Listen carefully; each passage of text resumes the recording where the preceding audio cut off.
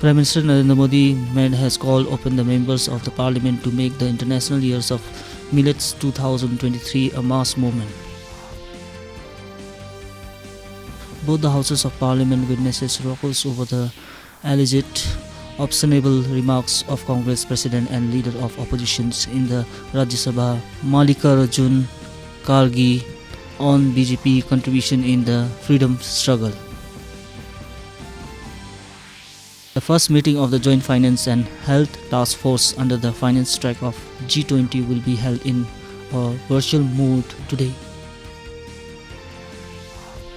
Over 220 crore COVID-19 vaccine doses have been administered in the country.